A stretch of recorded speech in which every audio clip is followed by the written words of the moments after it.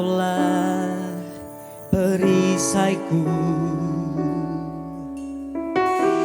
saat badai hidup menerpaku. Firman-Mu di dalamku tenangkan jiwaku.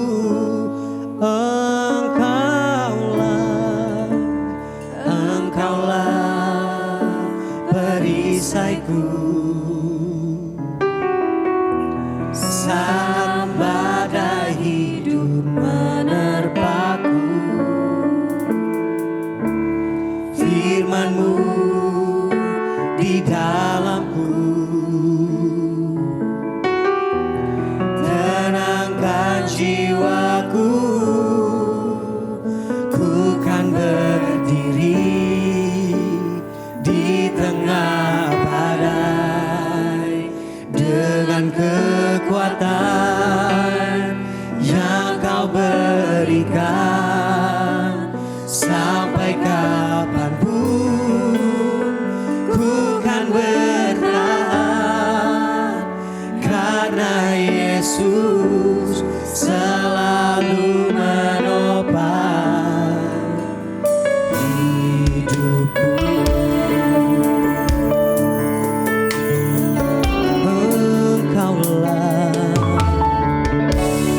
Engkaulah perisaiku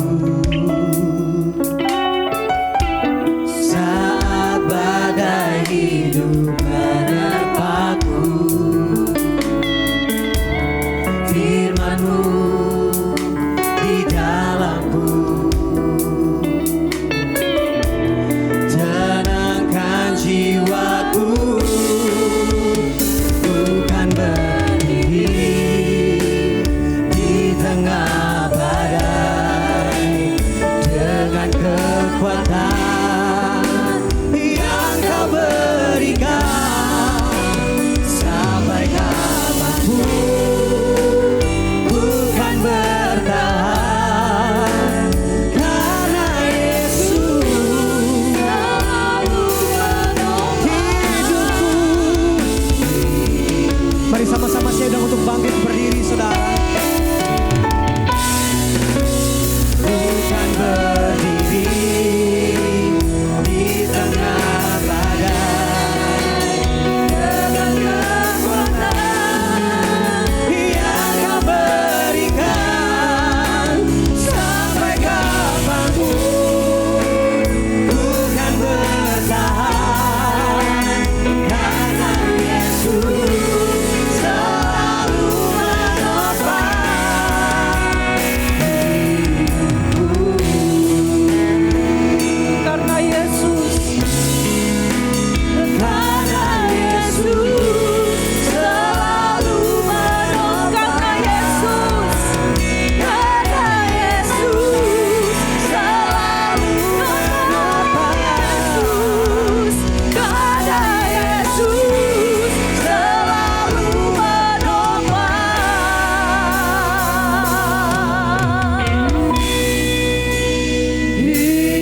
hidupku. Yes, amin. Kemuliaan bagi Tuhan Yesus, Allah yang menopang kami dengan firman-Nya. Syukur bagimu Tuhan, terima kasih Tuhan. Syukur bagimu Allah yang menopang kami dengan firman-Mu dan menopang semesta ini dengan firman-Mu Tuhan. Sehingga kami ada sampai saat ini bukan karena kuat gagah kami, tapi karena firman Tuhan. Hidup dan kebenaran Tuhan tegak sampai selama-lamanya. Terima kasih Tuhan. Saat ini kalau kami berkumpul di tempat ini, karena Engkau menciptakan kami menjadi orang-orang yang membutuhkan satu sama lain Tuhan. Komunitas sesama kami sebagai makhluk sosial, kami harus berkumpul berkumpul, kami harus bersekutu, karena di sana Engkau beracara, berbicara, dan menyatakan banyak perkara kepada kami. Saat ini pun kami percaya ada banyak hal yang Engkau sedang bukakan bagi kami. Kebangkitan demi kebangkitan demi kebangkitan di dalam hidup kami. Dan tidak ada satupun bagian yang terlewatkan dari hidup kami yang tidak mengalami revival Tuhan. Ini iman percaya kami. Setiap hari kami mau bangkit Tuhan. Mau berlatih dan membangkitkan iman kami Tuhan dengan firman Tuhan. Kami percaya kami dibentuk. Terus kami dijadikan serupa dan segambar dengan Allah dan kami berkuasa. Terima kasih Tuhan. Kami siap mendengarkan firman-Mu, beracara, berbicara, dan biar Roh Kudus terangi hati pikiran kami, singkapkan semua selubung yang selama ini dipakai oleh si iblis, sehingga kami tidak tahu kebenaran. Tetapi apa yang tidak tahu, yang membuat kami tidak mengerti, itu dapat membinasakan kami. Karena itu kami katakan saat ini, biar selubung itu disingkapkan, semua disingkapkan, dari setiap mata hati disingkapkan, dari setiap telinga disingkapkan, semua telinga mendengar, semua iman bangkit, dan tidak ada satu firman pun yang dicuri oleh si jahat. Di dalam nama Tuhan Yesus, semua siap mendengar firman dan diberkati. Sama-sama katakan amin. Puji Tuhan, beri kemuliaan bagi Tuhan Yesus. Dahsyat, haleluya. Silakan duduk dalam hadirat Tuhan. Terima kasih Imam pemuji penyembah, makasih Fatih khususnya ya. Saya semangat banget tadi. Ya, saya sebenarnya beberapa minggu ini saya divonis sama dokter mengalami penyusutan pelumas lutut. Jadi lutut saya itu berdekatan persendiannya sehingga sakit sekali. Jadi saya harus pakai sepatu yang tidak boleh heels. Dan tadi ya karena worship leader ya, dari dulu worship leader kalau dengar lagu itu loncat saudara. Dan dokter sudah vonis saya tidak boleh loncat Bu, tidak boleh lari Bu. Tapi tadi lagu itu benar-benar membangkitkan, saya udah gak bisa diam lagi, saya loncat aja ya. Saya percaya saya sudah sembuh oleh bilur-bilur Tuhan Yesus, amin. Saya punya persendian yang baru, pelumas yang cukup bagi lutut saya untuk menopang badan saya. Kadang saya lucu ya, ini sekedar intermezzo ya saudara ya. Mungkin juga ada faktor berat badan nih saudara ya. Jadi kemarin kita ada jualan baju-baju pakaian pre-love. Beberapa barang itu punya saya dan memang pakaian pre-love saya. Terus para pengerja tuh, Bu serius ini baju ibu? Ibu dulu kecil banget ya katanya. Jadi itu benar-benar kena banget gitu ya saudara ya. Jadi saya udah ditegur banyak hal, saya harus lebih kurangin lagi ya. Jadi bagi kita semua juga kemarin beberapa minggu lalu kita udah cek klinik gratis ya, cek tekanan darah, gula darah dan sebagainya, yang dapat rapor merah ya. Saya merah banget ya saudara ya. Tapi saudara jangan berkecil hati atau terintimidasi saudara ya. Justru di situ kita bisa ambil keputusan ya. Tuhan Yesus Alkitab katakan pilihlah kehidupan atau kematian ya. Kita yang pilih. Nah ketika kita cek klinik gratis, cek itu semua, sebenarnya kita dikasih pilihan apa yang mau next kita lakukan. Karena ini sebabnya saya juga digerakkan sama Tuhan hari ini menyampaikan firman ini, topiknya siapa saya dan mengapa saya ada di sini. Ya, ini suatu pertanyaan yang jelas selalu terpikir dan pasti pernah terlintas. Kenapa kita harus tahu? Kenapa kita harus mengerti siapa saya? Saya tahu kok siapa saya Bu, nggak usah diajarin ya. Mungkin begitu saudara katakan, tetapi Alkitab ya, kita belajar Alkitab saudara untuk mengerti siapa Allah dan bukan hanya siapa Allah, tapi siapa saya. Amin saudara. Jadi kita pun hari ini berkumpul di sini, kita harus tahu karena kalau kita mau revival, kita mau kebangkitan, tapi kita nggak tahu siapa diri kita nggak akan ngalamin dijamin 100%. Kenapa? Karena kita akan terombang-ambing saudara. Ya, apa yang Alkitab katakan tentang saya nggak tahu, saya ikut-ikutan orang. Orang jadi crazy rich, saya harus crazy rich dong. Ada beberapa orang ya ketika ngalamin masalah ada di tempat yang paling bawah ya dari imannya, paling rendah dari imannya, mungkin segala persoalan, masalah bertubi-tubi, mungkin bahkan kesehatannya, dia kemudian mulai mempertanyakan, kenapa saya nggak seperti dia? Kenapa saya berbeda? Kenapa saya lain? Mulai nggak percaya. Nah di situ iblis, kalau kita nggak firm, nggak kuat, nggak standing, stand firm, kita akan goncang saudara. Dan kemudian kita akan ke kanan, ke kiri, terombang ambing saudara ya. Akhirnya mulai dengar-dengar, oh kata orang begini. Oh saudara, kalau hari-hari ini saudara banyak dengar kata orang, bahaya saudara. Ya, ada banyak orang yang tadinya kita lihat luar biasa banget ya. Wah hidupnya gemilang, moncer gitu karirnya ya. Terkenal dan sebagainya. Dalam waktu hanya beberapa saat kemudian tiba-tiba pakai baju rompi orange saudara.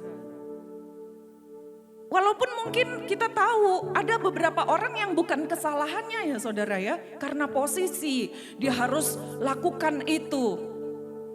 Saudara, kemudian ketika kita menyaksikan seperti itu, waduh padahal saya pengen seperti dia. Itu gimana? Goncang lagi kan saudara, cari lagi. Kayak siapa ya saya ya, harus seperti siapa? Saudara kita jadi orang Kristen, kalau kita begitu-begitu terus, nggak tahu siapa kita, nggak tahu kenapa kita ada di muka bumi ini, ngapain? Kemarin kami belajar tentang masih financial seri terakhir ya di Bible Study. Saya ngajarkan tentang memberi ya saudara ya. Jadi Alkitab bicara tentang keuangan itu banyak sekali karena keuangan itu sangat penting. Bahkan Yesus kasih parabel tentang keuangan, tentang uang itu sekitar 25% dari parabelnya itu tentang uang saudara ya. Jadi kita pun harus ngerti di mana panggilan kita ya. Di mana panggilan kita, kenapa kita masih ada di dunia ini ya. Beberapa orang kemudian kenapa Bu harus begitu? Emang kalau saya nggak melakukan ini saya nggak masuk surga. Terus saya dinyatakan nggak selamat. Bukan ya, keselamatan kita dengan di surga hidup kekal kan saudara. Hidup kekal yang Yohanes 3 ayat 16, saya flashback sedikit, itu bukan tentang hidup kekal nanti saja. Itu hebatnya Tuhan Yesus. Itu dahsyatnya kekristenan. Bukan hanya hidup kekal nanti saja di surga, tetapi hidup kekal di bumi. Lah bumi kan gak kekal Bu. Kenapa hidup kekal di bumi? Maksudnya baca Yohanes 17 ayat 3 ya saudara tentang doa Tuhan Yesus. Di sana Yesus katakan apa? Inilah hidup yang kekal itu, bahwa mereka mengenal Engkau, punya hubungan. Jadi gini saudara, apa itu hidup kekal di bumi? Hidup kekal di bumi adalah ketika kita selama di bumi punya hubungan dengan Allah dan mengalami hidup yang berkelimpahan, yang Allah janjikan, yang Yesus sudah sediakan, anugerah yang Yesus berikan ketika dia dicambuk, dia tercabik-cabik, itu semua untuk membayar anugerah. Supaya kita bukan hanya selamat di surga, tapi selamat di bumi. Dia tanggung sakit penyakit, dia tanggung kemiskinan, dia tanggung kutuk, itu saudara. Jadi itu pun kalau kita gak terima, artinya hidup kekal yang kita terima cuma nanti di surga, di bumi enggak. Sayang saudara. Yesus udah habis-habisan saudara. Ya, itu badan namanya bilur-bilur, itu kalau bahasa Inggrisnya stripes. Ya, by his stripes. Itu artinya cambuk yang bermata 12 itu ya saudara. 12 atau 6 itu ya. Itu nancap di dagingnya, kemudian ditarik. Itu bilur-bilur namanya. Kayak cincangan daging. Dan itu semua harus terjadi. Bukan hanya kemudian dia naik ke kayu salib ditusuk mati, dead gitu. Enggak. Jadi itu pun harus tercabik-cabik. Supaya apa? Supaya kita hidup kekal juga di bumi gitu loh saudara. Artinya hidup berkelimpahan di bumi. No sakit penyakit, no kemiskinan, no kutuk, no segala hal yang dari iblis. Tuhan sudah sediakan anugerahnya komplit. Sayang kalau kita nggak pakai itu semua saudara. Saya bukan mengajarkan tentang teori kemakmuran saudara. Tapi saya mau selama kita hidup di bumi, sebelum nanti kedatangannya kedua kali, sebelum kebangkitan orang mati, kita ngalamin yang namanya perubahan akal budi, keserupaan dengan Allah. Itu hanya terjadi selama kita di bumi. Hanya bisa terjadi ketika kita sama-sama renungkan firman, belajar firman, menjalani proses kekristenan saudara. Jadi itu gunanya saudara, kita juga harus belajar keuangan di gereja. Karena Tuhan sediakan semuanya, ya kan? Dia sediakan provider, Jehovah Jireh. Kita gak bisa tebang pilih ayat. Kita pilih ayat-ayat yang gak bicara tentang memberi. Kita pilih ayat-ayat yang nyenengin kita doang tentang menerima. Itu namanya gak bertumbuh. Jangan berharap saudara bertumbuh ya kalau tebang pilih ayat. Karena Alkitab, semua firman itu satu kesatuan. Bicara tentang perbuatan Yesus bagi kita. Wah, kalau saya jelasin terus, kita nggak maju-maju saudara ya. Jadi ini penting topik ini tentang siapa saya. Mengapa saya ada di sini. Ya, next slide. Pertama mungkin kita lihat dari Mazmur 8, ayat 4 sampai 6. Tuhan itu luar biasa ya. Dia katakan, apakah manusia sehingga engkau mengingatnya? Ini perkataan Daud ya. Tapi sebenarnya suatu dialog antara Daud dengan Allah sendiri. Jadi ketika Daud bertanya, Tuhan menjawab. Dan Daud menuliskannya. Apakah anak manusia sehingga engkau mengindahkannya? Namun engkau membuatnya hampir sama seperti Allah dan telah memahkotainya dengan kemuliaan dan hormat. Engkau membuatnya berkuasa atas buatan tanganmu, segala-galanya telah kau letakkan di bawah kakinya. Itulah engkau. Ya, saudara, kalau engkau bertanya siapa saya? Kalau kita terjemahkan gini, mungkin saudara nanti di rumah buka ayat ini, sebutkan namamu. Namun Imelda ayat 5 ya. Namun Allah telah membuat Imelda hampir sama seperti Allah. Dan telah memahkotai Imelda dengan kemuliaan dan hormat. Allah membuat Imelda berkuasa atas buatan tangan Allah. Segala-galanya telah diletakkan Allah di bawah kaki Imelda. Bayangin saudara, ya. Gitu loh saudara kalau baca Alkitab ya. Kalau kita baca Alkitab, hah? Apa ya iya saya gini? Nah itu artinya gak percaya saudara. Itu artinya tebang pilih. Ntar aja ayat ini kayaknya gak mungkin deh. Gua gak gitu-gitu amat sih. Nah itu namanya saudara, tebang pilih ya. Milih-milih ayat yang mungkin aja. Itu namanya gak ada iman saudara. Ya. Kemudian Mazmur 82 ayat 6. Aku Allah sendiri telah berfirman. Kamu, dia katakan kita manusia adalah Allah. Tapi huruf kecil. Itu sebabnya di Mazmur 8 tadi dikatakan engkau membuat manusia itu hampir sama dengan Allah. Tapi di Mazmur 82 dikatakan kamu, Tuhan bilang kamu adalah Allah. Jadi apa yang benar? Hampir sama dengan Allah atau Allah? Jadi gini saudara, kita adalah Allah, Allah kecil di bumi. Dan Allah kita adalah Allah segala Allah. Allah segala Allah. Percaya nggak saudara? Saudara Allah. Kalau nggak percaya ya percuma ya saudara. Kita capek di sini belajar. Yakinkan dirimu bahwa engkau Allah karena ada roh Allah di dalammu. Percaya nggak? Bagi orang yang sudah lahir baru, roh Allah ada di dalamnya.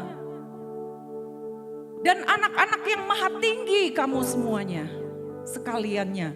1 Korintus 6 ayat 3, tidak tahukah kamu bahwa kita, ini kata-kata Paulus, kita akan menghakimi para malaikat.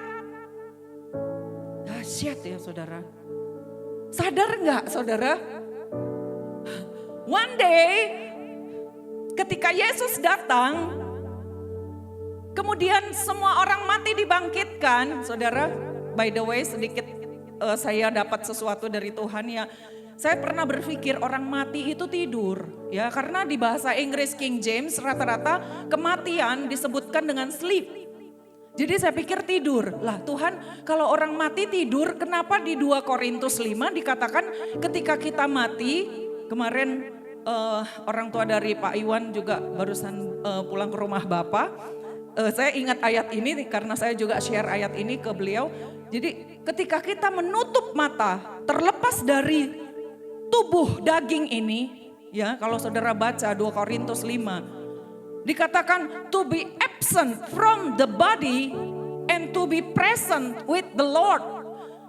Ketika kita tutup mata, karena roh kita keluar dari tubuh kita, maka saat itu juga 1/1000 second kita langsung hadapan sama Allah. Ketika kita absent, nggak hadir lagi di dalam tubuh, saat itu kita langsung present di hadapan Allah. Saudara baca ayat ini, to be absent from the body is to be present with the Lord.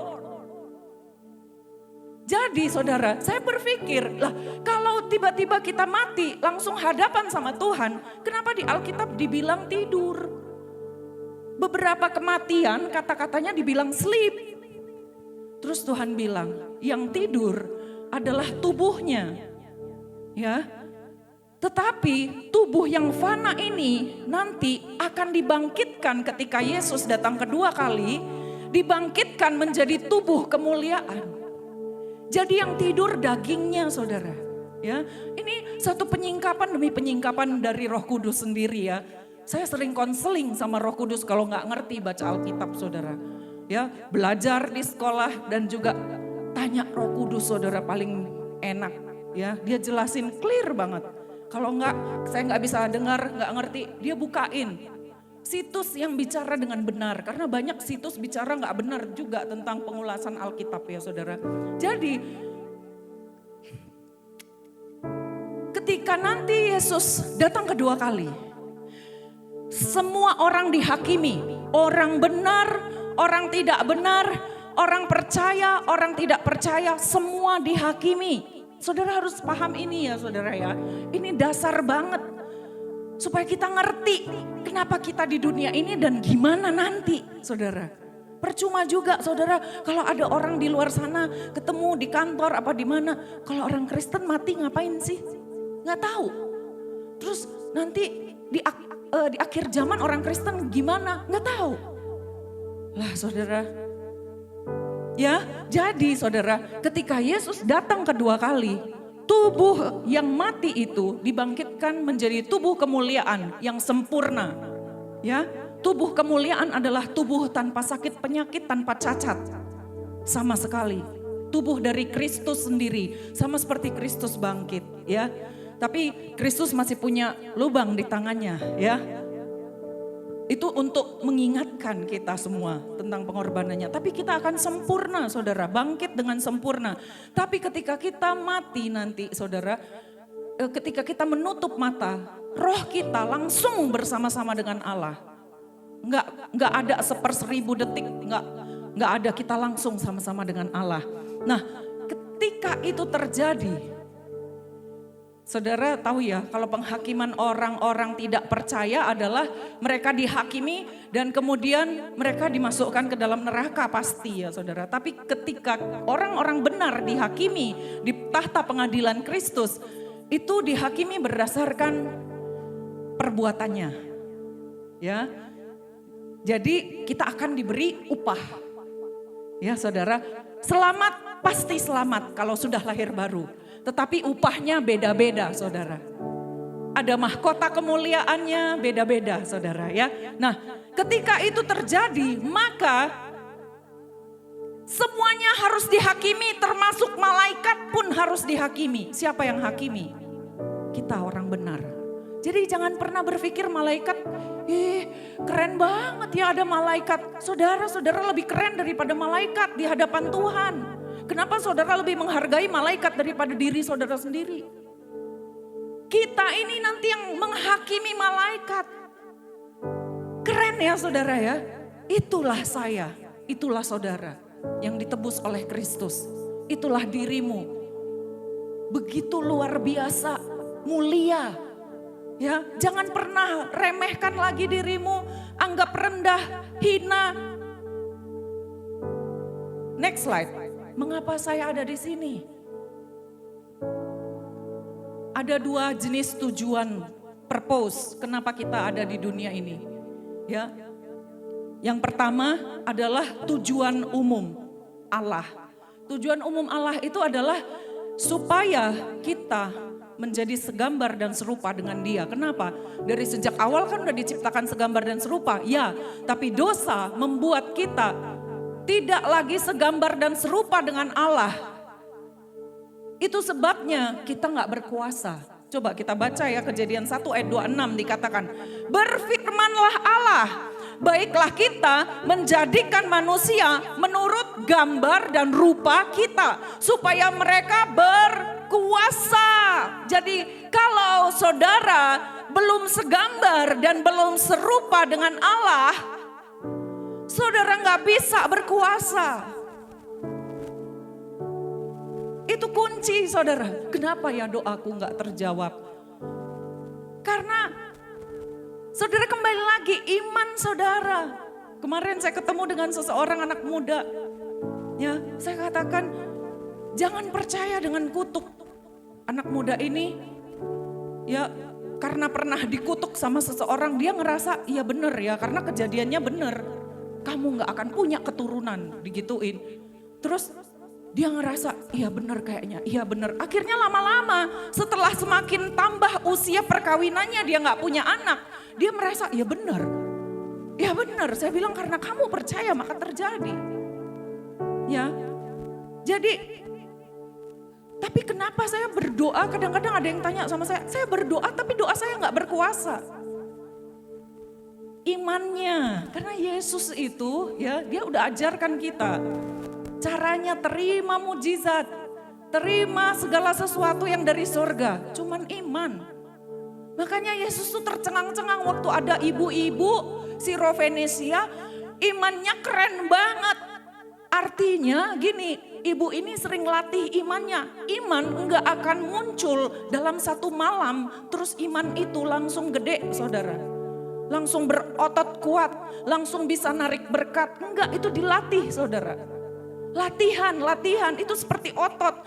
Jadi itu gunanya kita tetap berkumpul di tempat ini, belajar terus firman. Walaupun mungkin saudara 100 kali udah baca Alkitab, tetapi kita harus tetap merenungkan, kita harus tetap belajar. Itu untuk melatih otot iman kita, karena kita gak pernah tahu kapan tiba-tiba ada kejadian yang membutuhkan iman yang besar dan kuat untuk meraih anugerahnya. Anugerah udah tersedia semua saudara.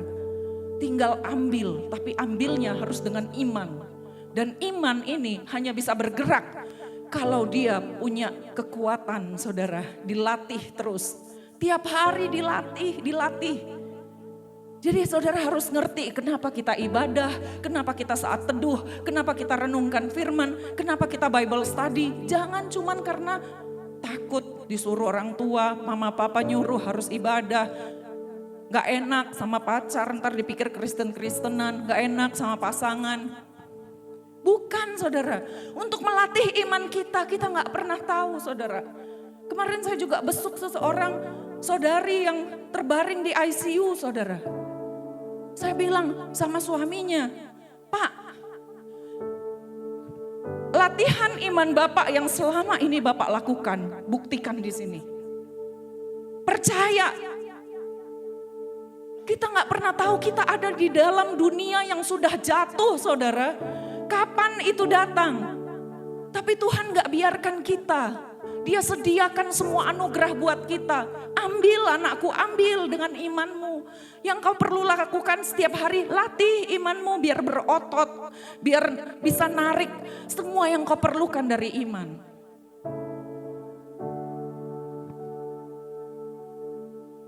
Kenapa dan serupa saudara? Karena kita sudah kehilangan kemuliaan Allah. Makanya seringkali kita gak berkuasa.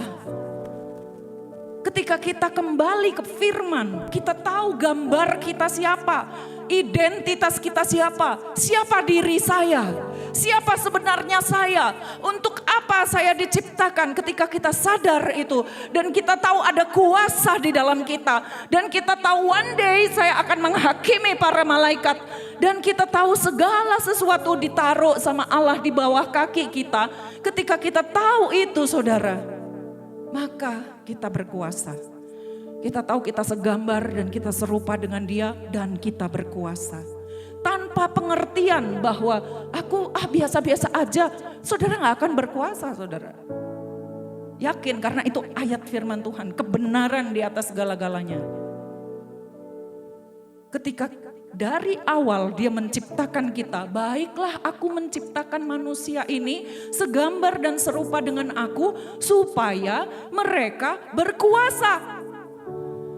Artinya kalau kita nggak berusaha tahu atau kita nggak peduli, saya gambaran siapa kek, saya serupa siapa kek, nggak peduli gue, engkau nggak akan berkuasa saudara. Ini ayat. Ya, atas ikan-ikan di laut, burung-burung di udara, ternak atas seluruh bumi, segala binatang melata dan merayap di bumi. Roma 8 ayat 29. Nah ini banyak ayat, ini ayat yang sering sekali, yang banyak sekali diartikan dengan keliru saudara. Ya, jadi tapi saya mau bahas dulu tentang serupa dan segambar dengan anaknya itu ya. Jadi secara umum inilah tujuan kenapa kita ada di bumi ini. Secara umum tujuan utama kita ada di bumi ini supaya kita segambar dan serupa dengan Allah setelah kejatuhan Adam dan Hawa.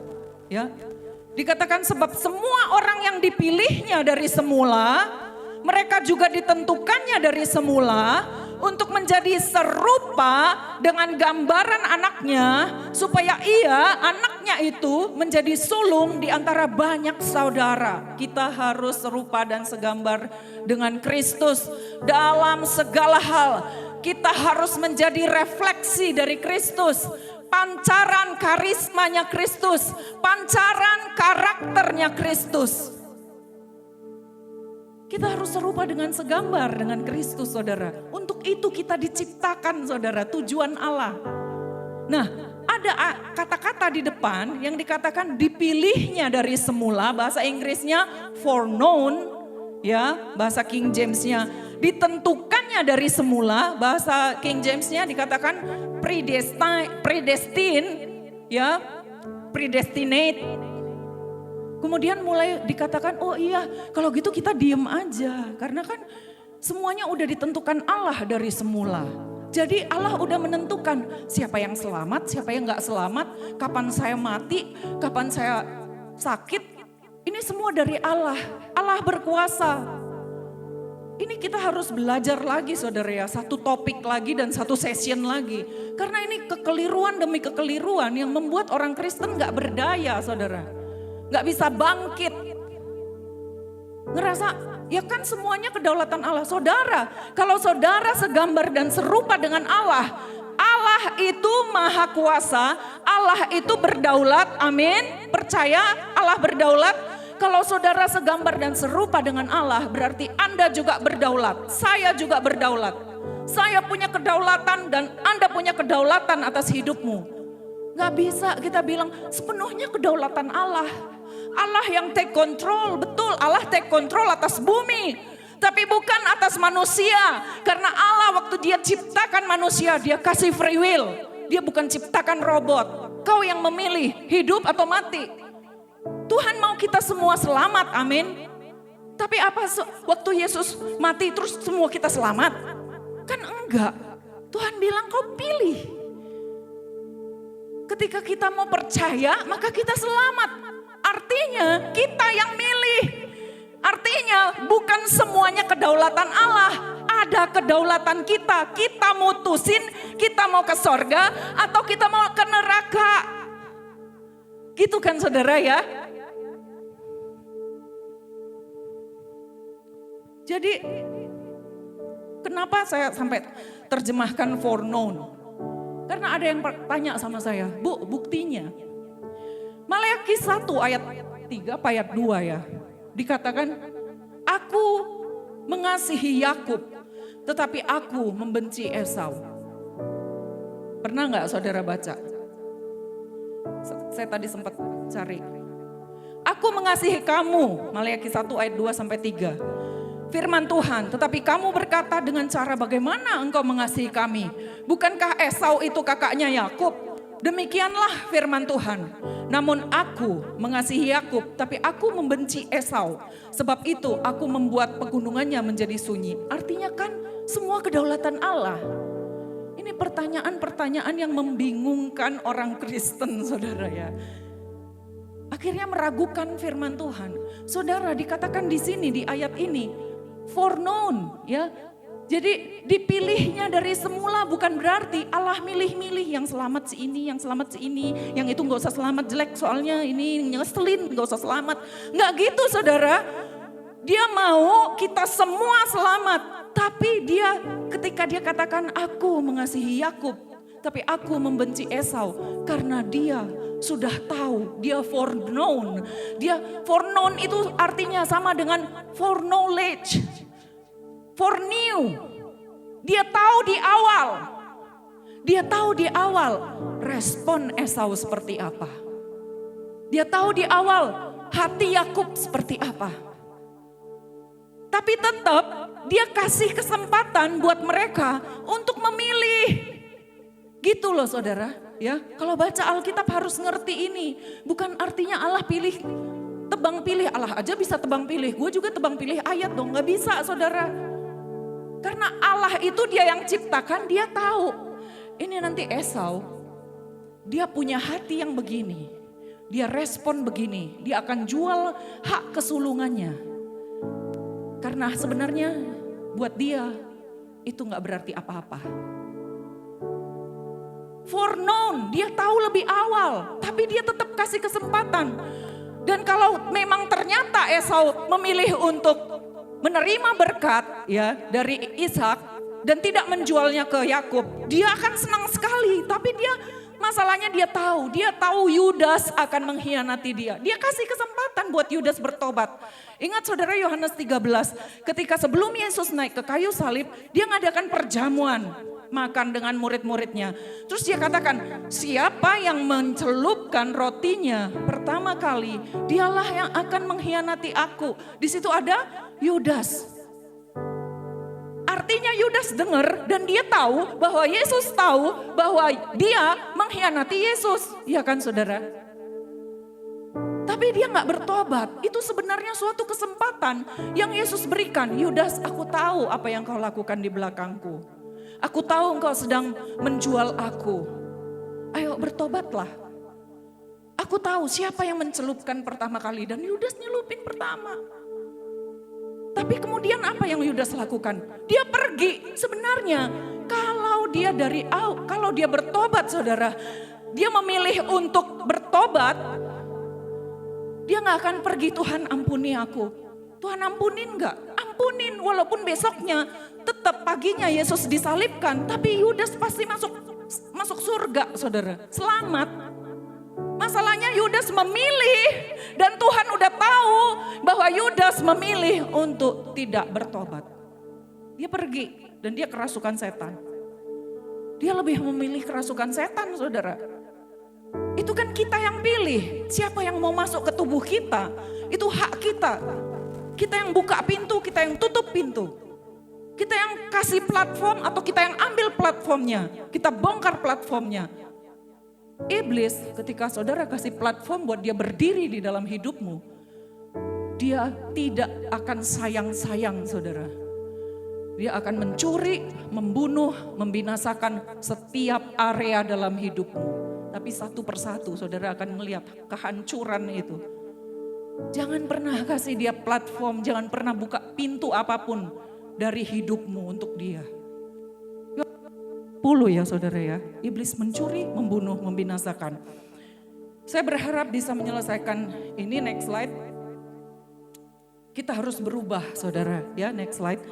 2 Korintus 3 ayat 18, kita semua mencerminkan kemuliaan Allah dengan muka yang tidak berselubung. Dan karena kemuliaan itu datangnya dari Tuhan yang adalah roh, maka kita diubah. Jadi kita harus berubah. Kita harus berubah, saudara. Itu sebabnya bulan lalu saya ngajar tentang maukah engkau berubah? Apa jawaban saudara? Sudah sebulan kita ketemu lagi. Judul khotbah saya bulan lalu, judul khotbah saya hari-hari ini banyak pertanyaan ya saudara. Siapa saya? Kenapa saya di sini? Bulan lalu saya tanya juga, maukah kau berubah? Ya, saudara jawab apa? Karena kalau saudara tidak menjawabnya dengan seturut dengan rencana revival ini, percuma. Mendingan kita, saudara ngapain gitu loh ya saudara kan. Karena di sini Tuhan suruh adakan revival. Revival dari pengajaran, revival dari ibadah. Bukan revival yang terus kayak modelan yang dulu-dulu, tapi revival yang baru modelnya, suatu gelombang yang baru dari Tuhan. Kalau saudara nggak sepakat, ngapain saudara ada di sini? Ya, saudara, saya ada dengar juga, ada yang ngomong, yang mungkin ngeledek ya, bilang katanya Ibu Imelda revival, ternyata begini, ternyata itu pekerjaannya begini, gereja begini, pengerja begini. Saudara, sekalipun kita belum mencapai sampai ujungnya revival ini, hasilnya buat Tuhan untuk memberikan hasil itu seperti membalikkan telapak tangan. Semua bisa langsung berubah bagus. Cara kerjanya pengerja bagus, gerejanya bagus. Seperti menjentikkan jari. Tetapi Tuhan tanya, kamu mau melangkah enggak? Mulai ngajar tentang revival enggak? Mau enggak kau dengarkan tentang revival? Itu yang Tuhan mau. Kalau hasil buat Tuhan sebentar saudara. Ya. Jadi maukah engkau berubah? Kalau saudara mau, kita lanjutkan ya, belajar gimana caranya revival. Ya, kita harus berubah saudara. Supaya kita segambar dan serupa dengan Allah. Karena kita udah diaut-autin, udah dihancurin sama iblis ketika kita jatuh dalam dosa. Tapi kita berubah. Kita mau berubah. Kita mau bermetamorfosis. Nanti kita baca ayatnya. Tapi Yohanes 15 ayat 5 katakan, akulah pokok anggur, kamulah ranting-rantingnya, barang siapa tinggal dalam aku dan aku dalam dia, ia berbuah banyak sebab di luar aku kamu tidak bisa berbuat apa-apa. Artinya kita hanya bisa berubah kalau di dalam Kristus. Kalau saudara, saya bilang juga ke pendoa saudara ya, kalau doamu udah bertahun-tahun didoakan, nggak ada hasil, ubah caramu berdoa. Artinya something wrong yang gak seturut dengan firman. Mungkin itu tradisi, mungkin itu ajaran yang lama. Saya nggak salahin, itu bukan dosa. Tapi ubah. Belajar lagi firman. Apa yang firman katakan tentang doa. Kasihan saudara. Misalnya kita disebut pendoa. Saya punya banyak teman pendoa. Tapi karakternya jelek banget saudara. Gak ada yang mau temenan. Sombong rohani gitu. Galak banget. Suami istri berantem terus. Pendoa katanya, jaga menara. Gitu. Jadi, ya saudara ya, di luar aku, kamu tidak bisa melakukan apa-apa. Di luar aku, kamu gak akan bisa berubah. Change doesn't come by trying, but by trusting in God's power. Stop berusaha keras dengan segala metodemu. Percaya saudara, ada kuasa Allah. Percaya ada identitasnya di dalam kita. Jadi kita berubah karena kita tahu siapa kita. Kita berubah karena kita menghargai diri kita saudara. Dan kita berubah karena kita menghargai sesama kita. Dia juga Allah di bumi. Sesama Allah jangan berantem saudara. Dan sesama Allah jangan saling fitnah saudara. Amin saudara. Nggak ada sesama Allah saling fitnah. Kan Allah di bumi. Dan dia Allah segala Allah, ya kan? Masa sesama Allah gontok-gontokan, ya kan saudara? Nah, kalau suami istri di rumah, lah sama-sama udah lahir baru. Ya Allah sama Allah. Terus kok berantem? Cakar-cakaran, ya kan? Lucu kan saudara ya? Benci, dendam. Mungkin ada yang pernah bilang, Bu, saya sulit sekali mencintai suami saya. Sulit, Bu. Dia nggak bisa berubah. Dia nggak bisa berubah. Saya bilang, Bu, Ibu dulu yang berubah. Apa yang harus saya ubah? Tanya Tuhan, Bu. Bukan saya yang tahu karena saya nggak 24 jam di rumah Ibu. Saya nggak tahu apa yang harus diubah. Tetapi ada ayat bilang, suami berubah karena perbuatan istrinya. Bukan karena omelan istrinya. Bukan karena perkataan istrinya. Saya bukan mau membebani ibu-ibu di sini. Tapi suami-suami juga ya saudara ya. Jangan harap istrimu berubah, stop ngomel kalau kau gak berubah. Saya gak bisa berubah Bu. Saya main tangan terus, pengen rasanya nampar gitu Bu kalau dia ngomel Bu. Saudara, bapaknya ketawa. Ya, saudara ya. Nggak bisa saudara. Ketika kau sadar ini Allah. Istriku ini juga Allah. Dan dia segambar dan serupa dengan Allah. Dia dikasihi Allah. Kenapa aku nampar Allah? Kan gitu saudara. Masa aku nampar Allah? Stop, ketika kau stop nampar, ketika stop KDRT, maka istrimu juga stop ngomel, percaya. Percaya, saudara. Perubahan bukan karena usaha, trying, but trusting God. Next slide. Filipi 4 ayat 13. Segala perkara. Jadi saudara jangan bilang, aku gak bisa berubah Bu. Gak bisa, udah aku coba. Alkitab katakan Filipi 4 ayat 4. Segala perkara, segala perubahan dapat kutanggung di dalam Dia yang memberi kekuatan kepadaku. Kau bisa berubah, hanya saja kau tidak memilih untuk berubah. Itu masalahnya. Perubahan itu masalah pilihan saudara. Perubahan itu artinya bermetamorfosis. Roma 12 ayat 2. Janganlah kamu menjadi sama dengan dunia ini, tapi berubahlah oleh pembaharuan budimu. Maksudnya berubahnya bukan terus, ya saya mau berubah Bu, besoknya saya kribo. Enggak gitu saudara. Berubah itu dari dalam, inside, out. Bermetamorfosis. Saudara tahu bermetamorfosis seperti kupu-kupu saudara. Dia dari kepompong dari ulat. Kalau saudara mau coba, kepompongnya lama banget sih jadi kupu-kupu. Kita bongkar yuk dari luar biar cepet mati saudara. Yang ada dia tetap jadi ulat, jelek banget lagi ulatnya. Lebih jelek dari ulat sebelumnya saudara. Ya. Jangan coba-coba berubah dari luar, berubah dari akal budi, saudara. Berubah dari cara berpikir, berubah dari cara pandangmu. Dengan cara-cara dunia, berubah dengan cara Kristus, dengan cara firman Tuhan. Matikan ego, Yohanes 12 ayat 24. Aku berkata kepadamu sesungguhnya jika biji gandum itu tidak jatuh ke dalam tanah dan mati,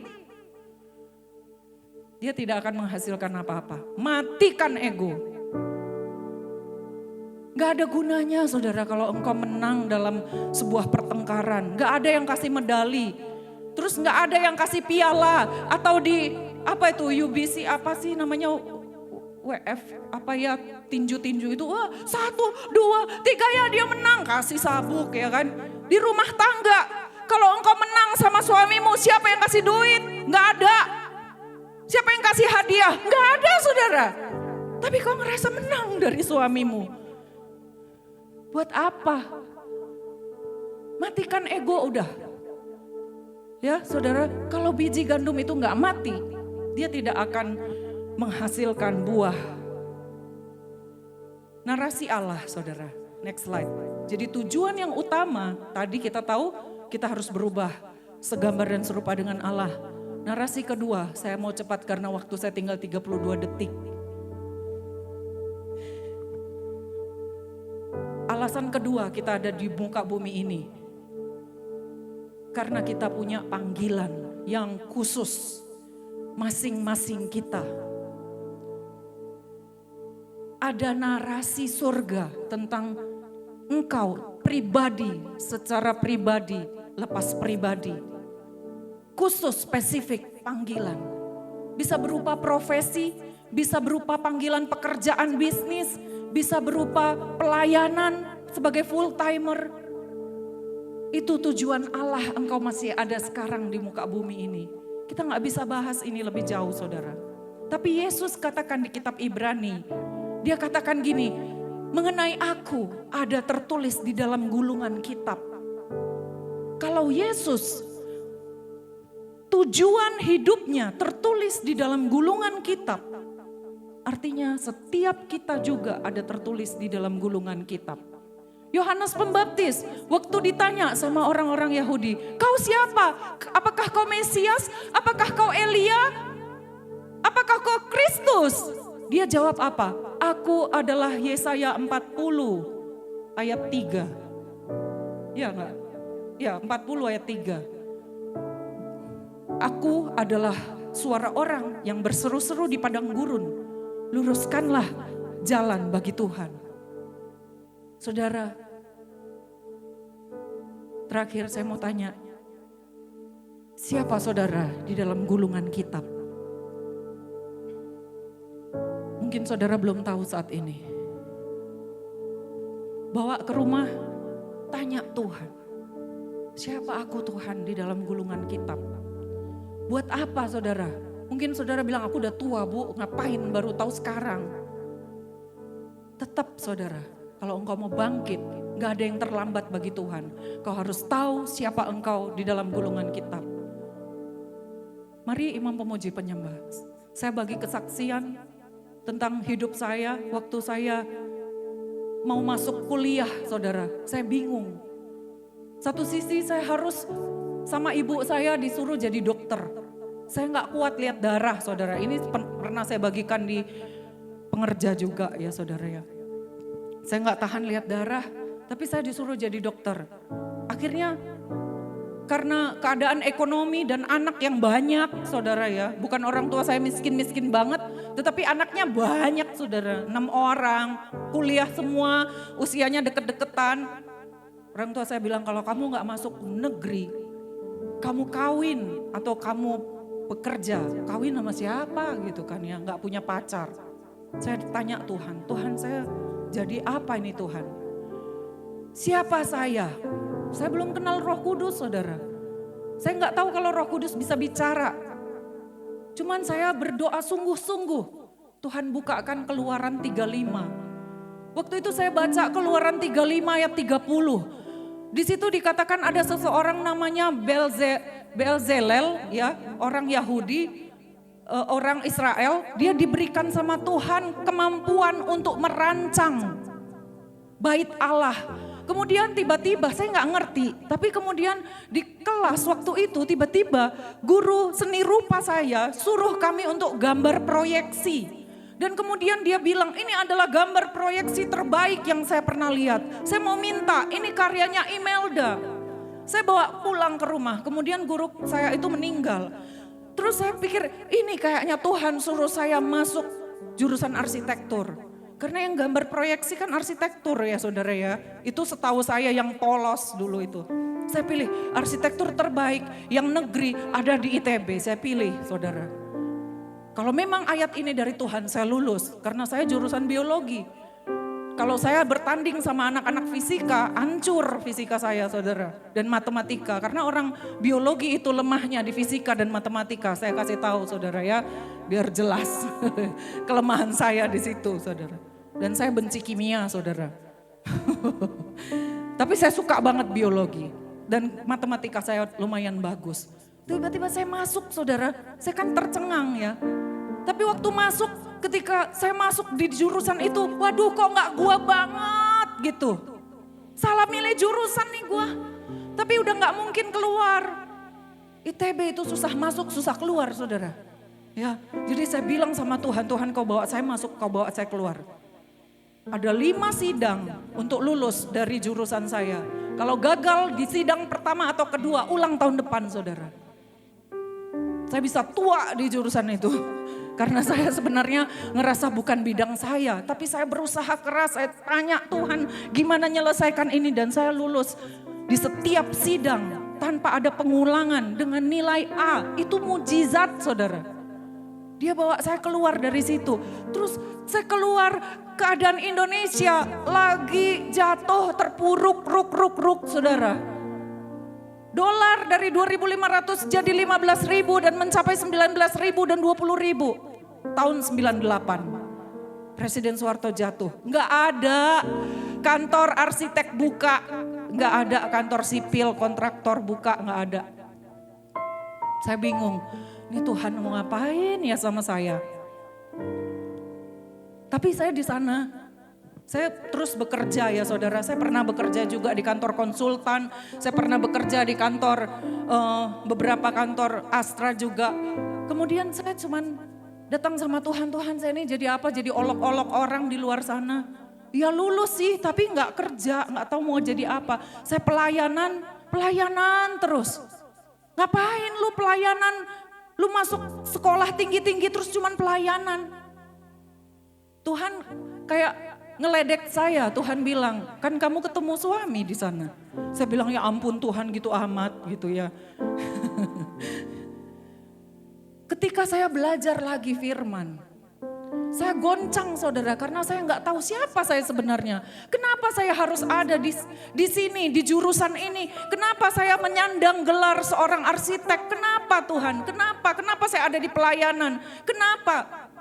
Ngapain saya di sini? Suatu hari Tuhan suruh buka lagi Keluaran 35. Saya bilang kan saya udah baca Keluaran 35. Kamu ada tertulis di situ, baca lagi. Saya ngotot, saya udah baca Tuhan. Akhirnya saya ngalah. Saya bilang saya baca Keluaran 35, baca terus kata Tuhan. Sampai ayat ke-34 di sana ditulis. Bezalel dan Aholiab, jadi ada 2 orang. Sama Tuhan, Bezalel yang sama yang diberi perancangan tadi, yang saya pikir adalah saya. Bezalel itu juga bukan hanya diberi kemampuan untuk merancang, tapi Bezalel diberi kemampuan untuk mengajar. Baru saya, oke, saya harus ngajar. Jadi kalau sekarang Tuhan tanya saya, Imelda siapa kamu di dalam gulungan kitab? Saya adalah Keluaran 35 ayat 30 sampai 34. Saudara siapa saudara? Kita semua ada tertulis di sana, tanya Tuhan. Supaya kita nggak goncang saudara. Supaya kita tahu di mana kita harus bangkit. Bagian apa yang harus lebih bangkit lagi di dalam hidup kita. Amin saudara. Yuk kita sama-sama tundukkan kepala. Karabasyarabati karabasyarabayara. Ku kagumi caramu mencintaiku, kau ada di cerita proses hidupku. Di titik terendahku, kau hadir untuk mengangkatku. Ku tahu kau tak menyerah akan hidupku. Katakan ku kagumi, ku kagumi. Kami kagum akan Engkau, caramu menciptakan kami, caramu menjadikan kami setiap individu demi individu, caramu memanggil kami Tuhan. Kami kagum akan panggilan-Mu atas diri kami, kami kagum akan panggilan-Mu. Karena dari sejak kandungan ibu kami Engkau sudah merancangkan kami dahsyat dan ajaib. Tak terbatas kuasa-Mu. Yes, amin. Tak terduga cara-Mu. Kau yang ku andalkan di setiap langkah hidupku. Tak terbatas kasih-Mu, tak terduga jalan-Mu. Kau yang ku percaya di segala-Mu. Kita bangkit berdiri saudara, sama-sama bangkit berdiri. Kagumi Dia akan penciptaannya, akan rancangannya di dalam-Mu. Biar panggilannya digenapi di dalam hidupmu. Kau memenuhi tujuan Tuhan di dalam hidupmu. Yes, kagumi Dia. Di setiap langkah hidupku, tak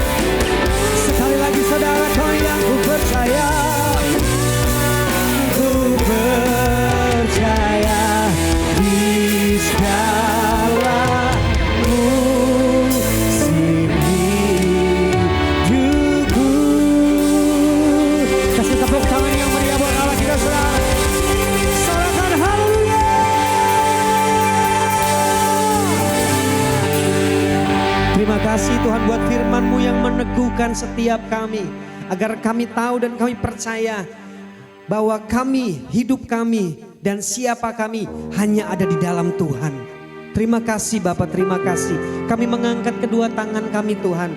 Kami memberkati Ibu Gembala kami Tuhan Yesus yang memberkati kami hari ini. Tuhan biarlah terus visi misimu Tuhan. Rencana, rancanganmu. Dan Tuhan pakai semakin heran lagi Tuhan di dalam pengajaran-pengajaran Ibu Imelda Tuhan. Terima kasih, kami percaya Tuhan. Kami semua jemaat pengerjaan pelayanmu akan Tuhan bawa naik Tuhan melalui Ibu Gembala kami Tuhan. Terima kasih Bapak. Terima kasih Tuhan. Bahkan Tuhan, sebentar kami akan berikan persembahan diakonia. Tuhan berkati tangan-tangan yang memberikan dan kami percaya Tuhan, apa yang kami berikan bisa membantu dan menjadi berkat buat banyak orang Tuhan Yesus melalui gereja ini Bapak. Terima kasih dalam nama Yesus. Haleluya. Bersama katakan amin. Boleh kasih tepuk tangan yang meriah buat Allah kita yang dahsyat dan luar biasa. Silakan duduk tetap dalam hadirat Tuhan Saudara. Sambil kita memberikan persembahan diakonia, mari sama-sama kita saksikan LPG News. Tuhan memberkati.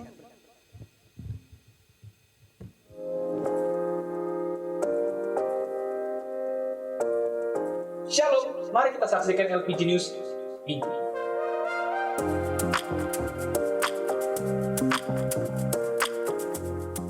Saudara, ayo ikut doa. Akan banyak terobosan, pemulihan, dan kemenangan bagi kita semua. Ada 2 kegiatan doa, berikut informasinya.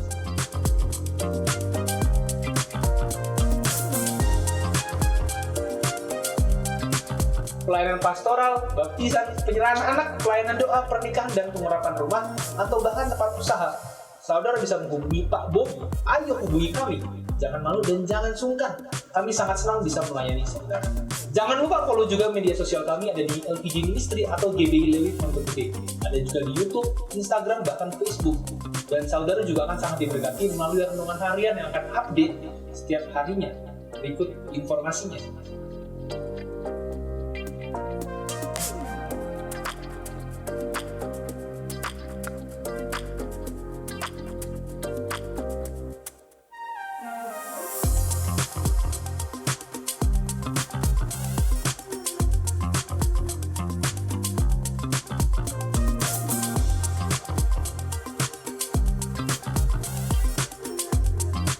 Ayo, melayani bersama kami. Imam Musik membuka audisi untuk bisa saudara melayani Tuhan dengan talenta bernyanyi, main musik, dancer, bahkan teman-teman bisa melayani di bidang sound loh.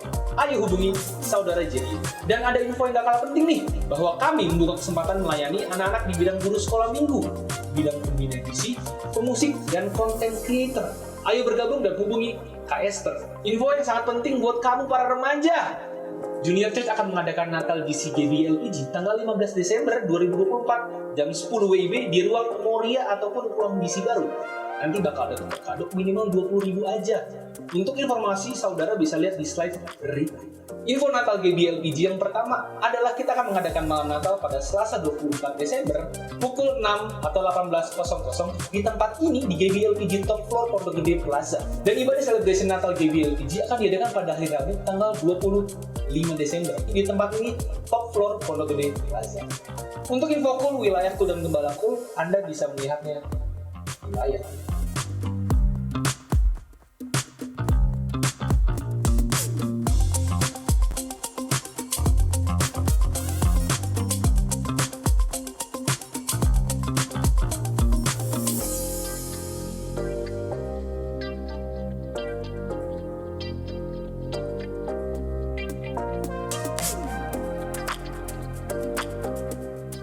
Untuk pengumuman tambahan, saudara bisa lihat informasinya di layar.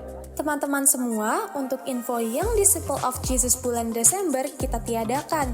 Tapi, jangan khawatir, kita selalu update di Instagram YDJ yang ada di @yangdijesus. Follow ya, biar tidak ketinggalan info kita. Klik tombol follow-nya sekarang juga. Sunday Worship, ibadah sore GBLPG, mengadakan ibadah ucapan syukur ulang tahun GBLPG yang ke-9 tahun. Minggu 24 November 2024 pukul 5 sore atau pukul 17.00 di GBLPG Top Floor Pondok Gede Plaza yang akan dilayani oleh PDM Imelda Natalia. dalam rangka menyambut Pilkada dan Natal GBLPG tanggal 24 dan 25 Desember serta memasuki tahun 2025, GBLPG akan melaksanakan doa malam tanggal Rabu 20 November 2024 pukul 7 malam hingga pukul 9 malam bertempat di tempat ini di GBLPG Top Floor Plaza Pondok Gede. Mari kita sambut revival terjadi di GBLPG, penuaian pasti terjadi. Demikian pengumuman minggu ini. God bless. Haleluya, semua diberkati, amin. Hari ini kami mau pastikan saudara semua terlayani dengan baik ya. Dan gereja kita akan terus berbenah untuk semakin lebih baik dalam melayani saudara semua di dalam pelayanan GBLPG. Karena GBLPG dapat visi dari Tuhan melalui gembala kita akan semakin excellent dan semakin terjadi revival di tempat ini. Yang setuju katakan amin. Amin. Bapak Ibu Saudara, anak-anak sekolah minggu sudah dalam perjalanan dari Kentucky Fried Chicken di bawah untuk masuk kembali di ruangan ini. Jadi Bapak, Ibu, Papa Mamanya tenang. Mereka sudah dalam perjalanan untuk masuk kembali ke dalam gereja kita. Dan tanggal 24 kita akan mengadakan malam Natal, tanggal 25 kita akan mengadakan perayaan Natal. Untuk itu Bapak Ibu Saudara, kita akan sama-sama mendukung perayaan Natal ini dengan memberikan dana khusus untuk persembahan di dalam mendukung perayaan Natal kita. Bapak Ibu Saudara yang rindu untuk menabur untuk dana khusus untuk pelayanan Natal bisa mendapatkan amplop ini dari teman-teman pengerja yang mau bisa angkat tangan, bisa teman-teman membantu saudara nanti untuk memperolehnya. Dan langsung masukkan ke dalam kotak persembahan yang ada Sinterklas ya di sana. Terima kasih Pak Henry. Bapak Ibu Saudara, kita akan akhiri ibadah kita bangkit berdiri. Kita akan sama-sama berdoa. Terima kasih Bapak untuk kasih-Mu, terima kasih untuk karya-Mu di tempat ini. Kami rasakan hadirat-Mu di tempat ini Tuhan. Engkau terlalu baik, Engkau melayani kami satu persatu dengan baik Tuhan. Engkau merangkul, melawat setiap kami. Dan Engkau mengatakan bahwa di dalam Engkau setiap nama kami pasti dan jelas adanya Tuhan. Kami memiliki identitas yang jelas di dalam Tuhan. Bahkan Engkau mengatakan bahwa Engkau membentuk kami segambar dan serupa dengan Tuhan. Kami bangga punya Tuhan yang baik. Kami bangga punya Bapa yang baik. Terima kasih untuk setiap kebenaran-kebenaran ini yang membuat kami semakin teguh iman kami. Dan kami berharga di matanya Tuhan. Bersyukur untuk hamba-Mu, Ibu Gembala kami di tempat ini Tuhan. Terus berkati dan urapi hamba-Mu bersama Gembala kami Pastor Roy yang saat ini ada dalam pelayanan di pekerjaannya Tuhan. Kami percaya Engkau terus memberkati kedua hamba-Mu Gembala kami di tempat ini Tuhan. Untuk membawa gereja-Mu dalam satu visi yang besar. Revival, penuaian besar terjadi bagi gereja-Mu di tempat ini. Terima kasih untuk para hamba-hamba-Mu yang sudah melayani kami dengan baik. Terus berkati mereka Tuhan. Kami percaya gereja ini semakin hari semakin Tuhan nyatakan kemuliaan-Mu. Bahkan untuk di ibadah sore nanti kami percaya ada lawatan Tuhan, ada kemuliaan Tuhan yang nyata bagi gereja-Mu di tempat ini. Terima kasih Tuhan untuk setiap kami yang sudah menabur, setiap persembahan syukur, persembahan diakonia kami. Kami berdoa biar ini menjadi benih yang baik Tuhan. Amin. Bahkan kami percaya setiap kami diberkati oleh Tuhan. Pekerjaan, usaha, rumah tangga, kesehatan, bahkan untuk setiap pendidikan anak-anak kami diberkati berlimpah-limpah. Terima kasih Bapa, sepanjang minggu ini kami mau serahkan seluruh hidup kami dalam tangan Tuhan.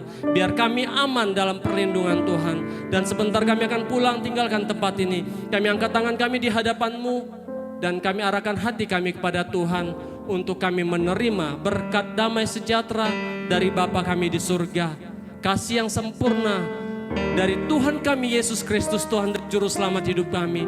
Dan penyertaan pertolongan Roh Kudus akan tetap bersama-sama dengan kami mulai saat ini sampai Maranatha. Tuhan Yesus datang kembali menjemput kami di awan-awan yang permai untuk masuk dalam kehidupan yang kekal selama-lamanya. Semua kami yang terima berkat Tuhan ini sama-sama katakan Amin. Amin. Happy Sunday.